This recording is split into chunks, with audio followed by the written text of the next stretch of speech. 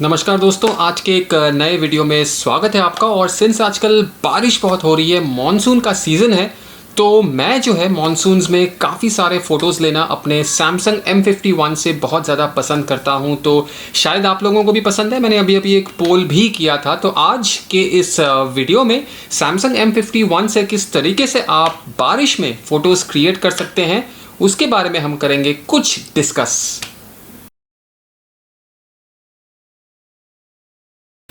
तो बारिश का जो मौसम होता है उसमें फ़ोटोज़ क्रिएट करने का अपना ही अलग मज़ा है। और अगर आपके पास सैमसंग M51 जैसा डिवाइस है तो आपका मज़ा जो है क्वाड्रुपल या और भी ज़्यादा बढ़ जाता है। बट बारिश की वजह से आपके फ़ोन में परेशानियां भी आ सकती हैं। तो कुछ ये टिप्स हैं जो आपको ध्यान में रखनी है जब आप शूट करते हो बारिश में। सबसे पहली चीज़, आपके फ़ोन को आपने भीगने नहीं देना है। अब डिपेंड करता है आपका फ़ोन वाटर रेजिस्टेंट है या नहीं। IP67/68 आपके पास फ़ोन में सर्टिफिकेशन है या नहीं। M51 में क्लियरली कभी ये बोला नहीं गया है कि कोई सर्टिफिकेशन है कि नहीं। बट मैंने जब ये शूट किया है, मैं बता रहा हूँ आपको कि फ़ोन को भीगने नहीं देना है। बट कहीं ना कहीं मेरा फ़ोन जो है भीगा ज़रूर है। स्क्रीन में पानी के ड्रॉपलेट्स पड़े हैं या जनरली स्प्लैशेस ऑफ वाटर ज़रूर पड़े हैं। बट उस वजह से फ़ोन में कोई परेशानी नहीं आई है। बट कोशिश आपको ये करना है, अगर आप बारिश में शूट करते हैं तो आपके फ़ोन को भीगने नहीं देना है। अब इसकी वजह से हो सकता है आपके फ़ोन के चार्जिंग पोर्ट में या 3.5 मिलीमीटर जो जैक है उसमें कोई प्रॉब्लम आए। तो अगर आपको लगता है पानी आपके फ़ोन में गया है तो उसको छेड़खानी मत करिएगा। अगर स्टार्ट होने में प्रॉब्लम हो रही है कहीं ना कहीं पानी जाने से, तो आप जो है उसको करिएगा कि चावल में जो है, सूखे चावल में, जो पके हुए चावल नहीं है, सिर्फ जो चावल है कच्चे चावल में, सूखे चावल में, उसमें आपको अपने फ़ोन को रख देना है। और 24 से 48 घंटे तक रखने के बाद चावल करता क्या है कि जो मॉइस्चर है उसको सोख लेता है और ड्राई कर देता है, जिसकी वजह से कहीं ना कहीं, एक ही देसी जुगाड़ है बट कहीं ना कहीं ये काम ज़रूर करता है। तो सबसे पहला टिप यही है कि आपको फ़ोन को भीगने नहीं देना है। अगर आप गाड़ी के अंदर से शूट करते हैं तो बहुत बढ़िया है, या ऐसी जगह से शूट करना है जहाँ पे आपको जो है फ़ोन को भीगने की जो है ज़रूरत ना पड़े। स्प्लैश रेजिस्टेंट ये ज़रूर होगा, I am sure. But officially Samsung ने कभी भी ये मेंशन नहीं किया है कि उनका M51 splash resistant / water resistant है या नहीं। दूसरी चीज़, अगर आप प्रो मोड में, मैनुअल मोड में शूट करते हैं तो ध्यान रखना है कि ISO को आपको ज़्यादा बढ़ाना नहीं है। 400 या मैक्सिमम अगर आपको ज़रूरत है तो 800 ISO से ज़्यादा आपको बढ़ाना नहीं है। क्यों?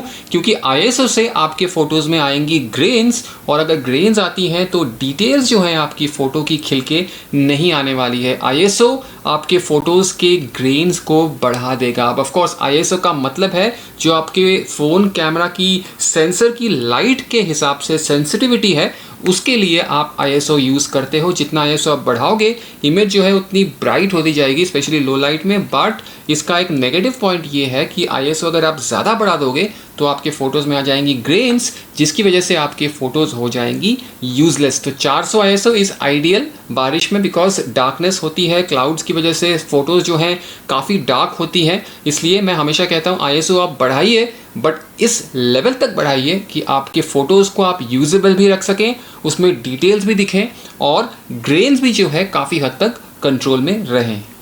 तीसरी टिप, इनफैक्ट ये टिप नहीं है, ये एक अच्छी चीज़ है कि सैमसंग गैलेक्सी M51 का जो कैमरा है वो, उसमें एपर्चर आता है f1.8। अब एपर्चर क्या होता है दोस्तों? एपर्चर होता है एक लेंस के जो अंदर जो होल होता है, वो होल कितना बड़ा है। अगर वो होल बहुत बड़ा है तो एपर्चर का नंबर जो है छोटा होता जाएगा। जितना जितना एपर्चर का नंबर बड़ा होता जाएगा उतना उतना मतलब उसका लेंस का एपर्चर का जो होल है वो छोटा है। अब ऑफ कोर्स बड़ा अगर एपर्चर है आपका, it means maximum light gathering capability आपके फ़ोन में है। तो f1.8 एपर्चर के साथ आपका सैमसंग M51 आता है, जिसका मतलब है कि लो लाइट में भी ये काफ़ी हद तक अच्छे फ़ोटोज़ क्रिएट कर लेगा। अब एपर्चर को मैनुअली कंट्रोल करने का कोई तरीका सैमसंग ने M51 में या इनके mid range of phone cameras में नहीं दिया है। तो आपको याद ये रखना है कि आपके सैमसंग M51 में f1.8 एपर्चर है, जिसकी वजह से आपको जो है काफ़ी ब्राइट तस्वीरें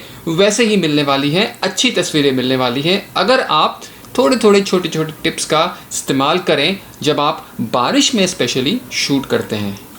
कोशिश करिएगा जब आप बारिश में शूट करते हैं तो लाइट सोर्स जो है, फॉर एग्जांपल सन, तो कई बार ऐसा होता है कि बारिश में आपको सन दिखेगा ही नहीं, बादलों की वजह से सन छुपा रहता है। बट अगर कोई आपके पास लाइट सोर्स है उसको आप यूज़ कीजिए सब्जेक्ट के पीछे, ठीक है। अगर ये आपका सब्जेक्ट है और ये मेरा सैमसंग M51 है तो मैं लाइट को कहीं यहाँ प्लेस करूँगा सो दैट मेरे सब्जेक्ट पे डायरेक्टली पड़े, जिसकी वजह से मेरा सब्जेक्ट जो है लिट अप हो। और जहाँ पे सब्जेक्ट के ऊपर पड़ी लाइट, उसका मतलब है कि डिटेल्स उसकी काफ़ी अच्छी कैप्चर करेगा आपका M51। तो लाइट को जो है आपको ध्यान में रखना है जब आप बारिश में स्पेशली शूट करते हैं, क्योंकि लाइट ही जो है आपकी फ़ोटोज़ को बढ़िया बनाएंगी। मैक्रो शूट कीजिए। जी दोस्तों, अगला टिप यही है कि आप मैक्रोस जो हैं शूट कर सकते हैं। मैक्रो फोटोग्राफी जैसा कोई भी दूसरा फोटोग्राफी इंटरेस्टिंग नहीं है। तो आपके M51 में है एक मैक्रो लेंस जो आपको बहुत ही बेहतरीन मैक्रो फोटोज़ दे सकता है। बारिश में बूंदें जो हैं उनकी आप मैक्रो फोटोज़ लीजिए, या जो है फॉलियाज जो गिरे हुए पत्ते हैं, या जैसे जैसे ग्राउंड जो है भीगता है, या कोई भी टेक्सचर्ड वॉल है वो भीगता है, उसमें आप देखोगे कि कहीं ना कहीं कलर्स खिल के आ रहे हैं। एब्स्ट्रैक्ट शॉट्स आपको मिलने के काफ़ी चांसेस होते हैं जब आप बारिश में मैक्रो फोटोज़ शूट करते हैं। और M51 का जो मैक्रो लेंस है ना, that is one of the best. मुझे लगता है अगर आपने अब तक मैक्रो फोटोग्राफ्स नहीं ट्राई करे हैं तो बारिश का मौसम है, मैक्रो फोटोग्राफी आपको ज़रूर ट्राई करना चाहिए इसके मैक्रो लेंस से। अगला टिप है फ्लैश। फ्लैश फोटोग्राफी मैं जनरली नहीं करता हूँ, बिकॉज फ्लैश जब आप किसी भी सब्जेक्ट पे मारते हो, स्पेशली ऐसे ऑन बोर्ड फ्लैश हो, तो सब्जेक्ट को जो है काफ़ी फ्लैट वो बना देता है, लाइटिंग में मज़ा नहीं आता, और ओवरऑल जो है अगर मैं देखूं फ़ोटो को कहीं ना कहीं ओवर एक्सपोज लगता है, या ऐसा लगता है स्नैपशॉट लिया हुआ है, आपने फोटोग्राफी नहीं करी हुई है, ऐसे वाली एक फील आती है जब आप ऑन बोर्ड फ्लैश यूज़ करते हो। तो कोशिश करिएगा फ्लैश आपका यूज़ ना हो, बिकॉज बारिश में लाइट कम होती है, तो कहीं ना कहीं आपका फ़ोन कैमरा ऑटोमेटिकली फ्लैश को यूज़ करने की कोशिश करेगा। तो आपको जो है फ्लैश को करना है ऑफ, बिकॉज मुझे नहीं चाहिए फ्लैश जब मैं अपने फ़ोटोज़ क्रिएट कर रहा हूँ, बिकॉज मुझे कंट्रोल चाहिए किस तरीके से, किस एंगल से और कितना डिटेल मुझे अपने फ़ोटोज़ में चाहिए। तो फ्लैश का यूज़ ना करें, बिकॉज फ्लैश से जैसा मैंने कहा आपके फ़ोटोज़ जो हैं फ्लैट हो जाते हैं, वो डेप्थ जो है खिल के आपके फ़ोटोज़ में नहीं आती हैं। तो ये कुछ इंपॉर्टेंट टिप्स और ट्रिक्स हैं जो आप यूज़ कर सकते हो बारिश में अगर आप स्मार्टफोन फोटोग्राफी करना चाहते हो, स्पेशली अपने M51 से, बिकॉज जैसा मैंने कहा इसमें one of the greatest cameras आते हैं मिड रेंज ऑफ सैमसंग के स्मार्टफोन्स में। तो अगर आपको डर है कि आपको बारिश में यूज़ करना चाहिए या नहीं करना चाहिए, बिल्कुल यूज़ करना चाहिए दोस्तों। बारिश में जाइए, शूट कीजिए, ध्यान रखिएगा कि फ़ोन आपका भीगे ना। बारिश में ज़रूर आपको भीगने का डर रहता है, अगर आप कवर वगैरह यूज़ करते हो तो बेहतर है। स्क्रीन को बचाना है आपने, और कहीं ना कहीं आप देखिएगा कि आप बहुत ही यूनिक और बेहतरीन फ़ोटोज़ आप बारिश में क्रिएट कर सकते हैं। तो इसी के साथ इस वाले वीडियो को करूँगा मैं अंत। ऐसे टिप्स एंड ट्रिक्स जो है मैं लाता रहूँगा, और मौसम के मज़े आपको लेने हैं, बाहर जाना है, फ़ोटोज़ क्रिएट करना है, और मुझे बताना है कि बारिश में शूट करके आपको कितना मज़ा आया अपने M51 से। और मिलूँगा मैं आपको बहुत ही जल्द एक और नए वीडियो में। नमस्कार।